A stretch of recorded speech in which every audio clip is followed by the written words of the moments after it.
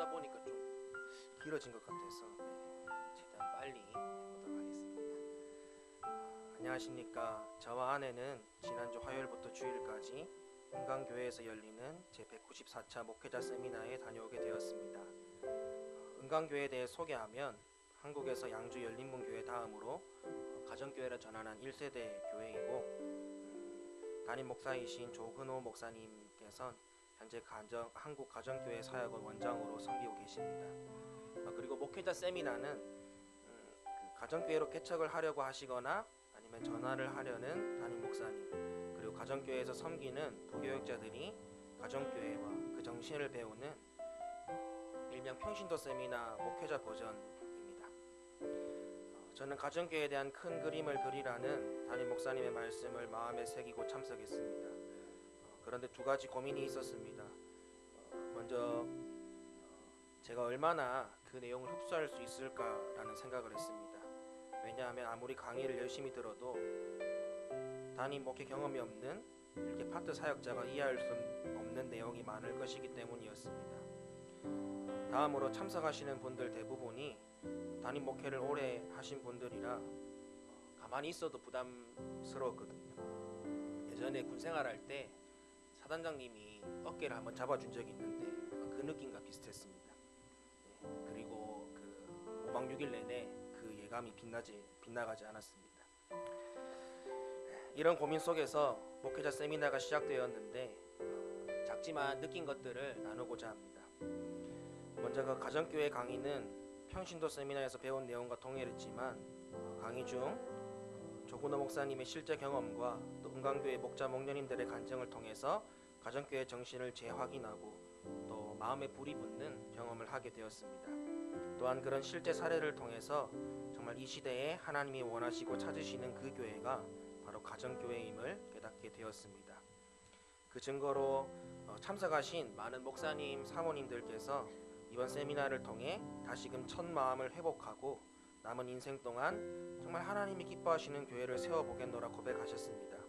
또한 가정교회에 대해 부정적으로 생각하고 참석하셨던 목사님들께서도 돌아가면 어떻게든 성도들을 설득시켜서 가정교회로 전환하겠다는 고백을 하셨습니다. 또 담임 목사님의 마음을 조금이나마 헤아릴 수 있었습니다. 전엔 이해할 수 없지만 순종했던 것들이 목회 경험이 풍부하신 조근호 목사님의 말씀을 통해 왜 이 시기에 이 일들을 하셨는지를 조금이나마 알게 되어서 앞으로는 조금 더 담임 목사님의 마음을 먼저 헤아려서 잘 도와드려야겠다고 생각했습니다. 다음으로는 목장 모임과 초음 모임을 탐방하면서 나눔이 진솔하다고 느꼈습니다. 감정이 잘 나누어지고 거기에 대해 비판하거나 조언하는 모습이 아닌 진심으로 공감해주고 기도해주는 모습이 인상적이었습니다.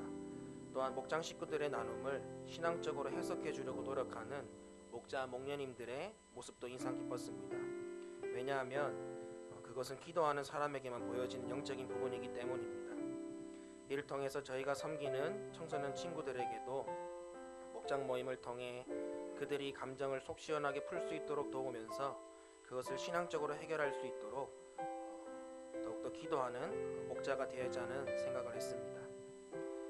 그리고 저와 아내는 저희를 섬겨주신 목자 목녀님을 통해 많은 것을 배웠습니다. 그분들은 싱글 목장을 섬기고 있는 결혼 2년 차인 젊은 부부셨습니다. 그분들의 섬김은 그 누구보다 예수님을 닮은 섬김이었습니다. 왜냐하면 그분들의 상황은 결코 누군가를 섬길 만한 환경이 아니었기 때문입니다. 그들 또한 신혼부부들이 가지고 있는 경제적인 어려움도 가지고 있었고 또 목장 사역과 본인의 삶 사이에서 고민하고 있는 그저 평범한 부부였습니다. 그런 평범한 부부에게 목회자 세미나를 섬기기 전 너무나도 힘든 일들이 일어났습니다.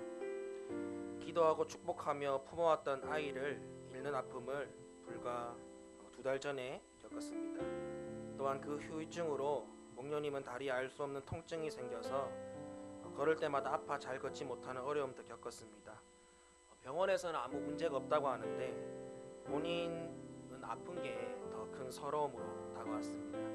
그래서 원래는 이분들이 아닌 다른 부목사님 댁에서 저희를 섬기기로 했는데 이분들이 다시 섬기기로 결심을 하여서 저희를 섬겨 주셨습니다. 그렇게 결단을 하고 일주일 전에 새벽 기도를 하려고 그렇게 했다고 합니다. 그런데 그때 영적 전쟁이 시작되었다고 말했습니다. 여름 동안 없던 모기가 극성을 부려서 잠을 못 자게 하는 일이 생겼습니다. 또 설상가상으로 목자님의 어머님까지 쓰러지셔서 수술 때문에 병원에서 밤을 새야 하는 일까지 일어났습니다.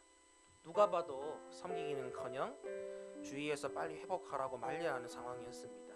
그런데 저 아내는 이 모든 사실을 알게 된 날이 금요일 목장 모임 때 알았거든요. 그런 일들을 겪은 사람이 아침에는 매일 5시 반에 일어나서 먼저 준비하고 저희를 교회까지 픽업해 준 후에는 목자님은 직장으로, 목녀님은 집 청소를 하고 저녁 9시 반에 데리러 와서 그날 받았던 은혜를 함께 나누고 질문에 대한 답을 다 해주고 저희가 다 씻고 방에 들어간 후 그분들이 하루를 마무리했다는 사실이 개인적으로는 되게 충격적이었습니다. 더 충격적인 걸 그분들이 힘든 상황이란 걸 전혀 모를 정도로 밝은 모습으로 저희를 섬겨주셨다는 것입니다. 그것도 평신도 분들이 말이죠. 그분들은 목장 모임과 초원 모임에서 그럼에도 불구하고 목회자 세미나를 섬기게 된 이유를 이야기했습니다. 먼저는 분명 하나님께서 자신들에게 더 큰 은혜를 부어주실 것이라는 기대를 가졌기 때문이고, 나아가서는 함께하는 목장 식구들이 이 은혜를 함께 경험하길 원하는 간절한 마음에서 섬기게 되었노라 고백하였습니다. 실제로 그날 그 목장에서 가장 말 안 듣는 목장 식구 입에서 처음으로 은혜 받았다는 그런 이야기가 나왔다고 합니다. 집에 가면 태워주면서 그 얘기를 들었대요. 저는 그 말을 들으면서 참석하신 한 목사님의 표현이 기억났습니다. 제자훈련은 평신도를 부목사 수준까지 만드는 것인데 가정교회는 담임 목사 수준까지 만드네요 라는 이 말이 생각나면서 이게 가정교회의 힘이구나 라는 걸 다시금 깨닫게 되었습니다. 또한 섬길 수 없는 상황에서 섬겨주었기 때문에 이분들의 섬김이 더 귀하다는 걸 알게 되었습니다. 가진 사람에게 섬김 받을 때는 있으니까 베푼다고 생각하잖아요. 그런데 없는 사람에게 섬김을 받을 때는 되게 묘한 기분이 들더라고요. 왜 이 사람이 나를 섬겨줄까? 또 솔직히 이런 마음도 들거든요. 지가 뭔데 나를 섬겨주냐 이런 느낌. 뭐 없는 사람 그런 생각도 들면서 도대체 이 사람들로 하여금 어떤 섬김이 어떤 것을 때문에 이런 섬김을 하게 되는가라는 생각을 하게 되더라고요.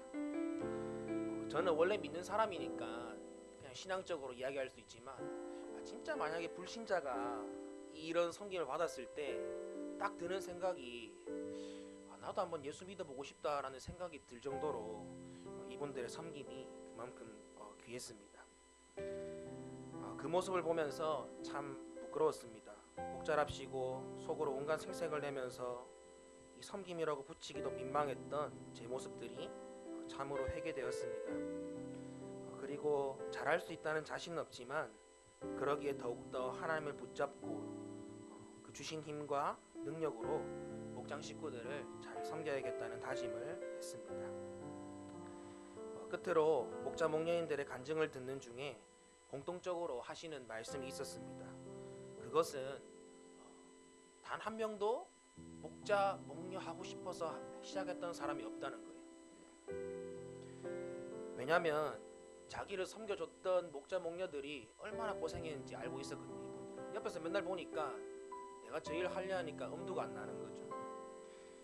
그런데 등 떠밀려서 하다 보니까 그 일들이 얼마나 가치 있고 행복한 일인가를 알게 되었다는 것입니다. 덤으로 하나님께서 그분들의 모든 필요를 그들의 원하는 것 이상으로 채워주셨다는 것도 간증했습니다. 모두가 억지로 예수님의 십자가를 지고 갔던 고레네 시몬과 같은 분들이었습니다. 하지만 그렇게 억지로 시작했다가 나중에는 그 아들 루포가 복을 받았던 것처럼 이들에게도 자녀까지 복을 받는 그런 간증을 많이 하시더라고요. 그래서 우리 성도님들도 목자 목녀가 되기를 바꿨으면 좋겠다는 게 제 마음입니다. 목회자 세미나를 통해서 많은 것을 배우고 깨달았습니다. 이제는 살아내는 것만이 그곳에서 받은 섬김이 진짜라는 것을 증명할 방법이기에 두렵지만 하나님을 의지하여 한 걸음씩 삶으로 살아보려고 합니다. 긴 시간 들어주셔서 감사합니다.